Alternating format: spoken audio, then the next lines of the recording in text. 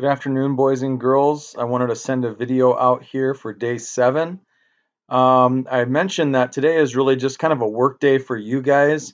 There's lots of kids at lots of different places, and I just want to give you guys a chance to try and play a little catch up.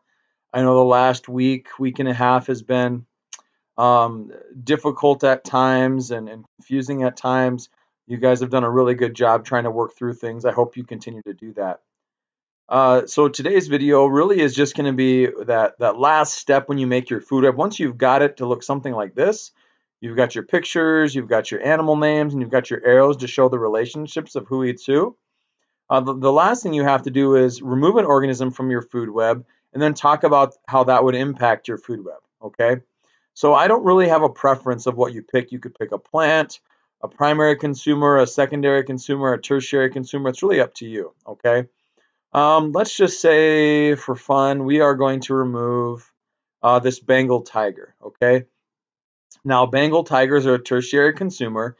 So essentially, we're trying to look at what might hypothetically happen if you removed one of your apex predators from your environment, from your food web. What would happen? And there's not one concrete answer. Gosh, there's all kinds of things that can happen. We know that there's more than just these 8 animals or 8, not animals, these 8 living things in a food web. There's all kinds of other things. I just asked you to pick 8. But what would happen if you removed a Bengal tiger or the Bengal tiger from your food web? Well, the first thing you're going to want to do is either take this and paste it into a new slide, or you can do it right on this slide. So whether you want to take this and just copy this over and reproduce the slide down here, you can click duplicate slide and it just makes a copy of it. So you can talk about your food web and then say, okay, now I'm going to show you the food web once you've taken out the Bengal tiger. But let's say you didn't want to do that. You don't have to do that necessarily, okay? You could go like this, and this is probably what my preference would be, is click on shape, equation, and then pick the times symbol, okay, the multiplication symbol. It's essentially going to be our X, showing that we've X'd out or crossed off this animal, okay? So something like this, and then I would change the color. I like red, it just pops a little more, so go right here where it says fill color. Make sure you're still clicked on the shape itself. Click red there, and you're good to go. And that's kind of an easy way to show that you've eliminated the Bengal tiger, okay? The last thing I would do then is add an animation to that. So I'm going to go to animate. I right-clicked on it, click animate, and then click fade in, and then click add animation, and then play. You can kind of watch it.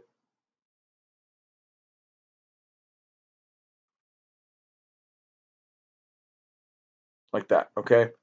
So once you've done that, if you just want to make sure that it actually worked, you can click present up here.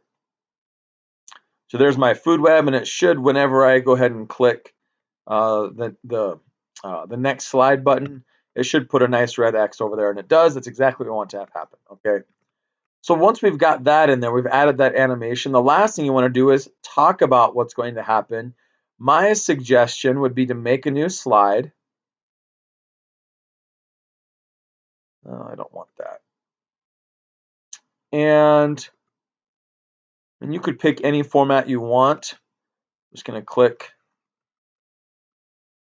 removing the Bengal tiger. And down here, you can talk about what would happen. Removing the Bengal tiger would have, whatever the impact is there, okay? But how are you going to know? Well, you might not know for sure, but we can hypothesize a little bit. If you removed one of your top predators from a food web, what are going to happen to our lower levels? Well, you would anticipate if you remove a top predator that anything that used to get eaten by it, their population is probably going to increase. So maybe the Asian elephant population increases, maybe this animal's population increases, maybe some of these animals' population increases, or even this one, right? If these guys are gone, there's now more food available to these Indian leopards, and maybe their population increases, and nothing changes down here. We don't really know. So you can talk about any of those factors, but let's just say we did remove this and this population stayed relatively the same. You would expect everybody below to increase in population. Well, I shouldn't say everybody. You would expect anything that gets eaten by Bengal tigers to increase in population. So the golden jackal and the Indian wolf, if they're not getting eaten by Bengal tigers, then their populations would increase. That might then cause a decrease in this population or a decrease um, in this population. Why would removing a Bengal tiger cause there to be less grass? Because you obviously don't see any arrows going from either of these plants to the Bengal tiger. So why would it happen that way? Well, if you had less tigers, that would probably mean more of these bucks, this type of a grazing animal. And if you have more of these grazing animals, that's going to cause less forage, right? Less plant life to eat. So you can kind of see it has this sort of trickle down effect. Again, we started this whole thing saying that you can't really affect one thing without affecting everything else. All the strings tend to be attached to each other in ecology, okay? And so as you look at what would happen in your food web, talk about some of these things. What if you removed one of these plants? What if you removed the Asian elephant, which is actually what this person's animal actually is? What would happen then? Okay, so think about that. If you remove some plant life, things that eat plants are going to have less food, or maybe they'll just change their diet to some other plant, but that essentially likely have less food, which causes their population to go down. Well, if there's less of these grazing animals, that means less food for Bengal tigers.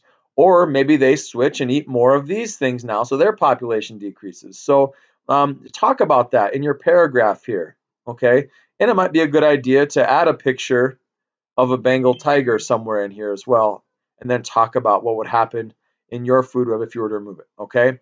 So that's essentially what you're doing. Make sure you put a little X over whatever plant or animal you're deciding to remove and go about it that way, okay? If you have questions, let me know. Otherwise, good luck.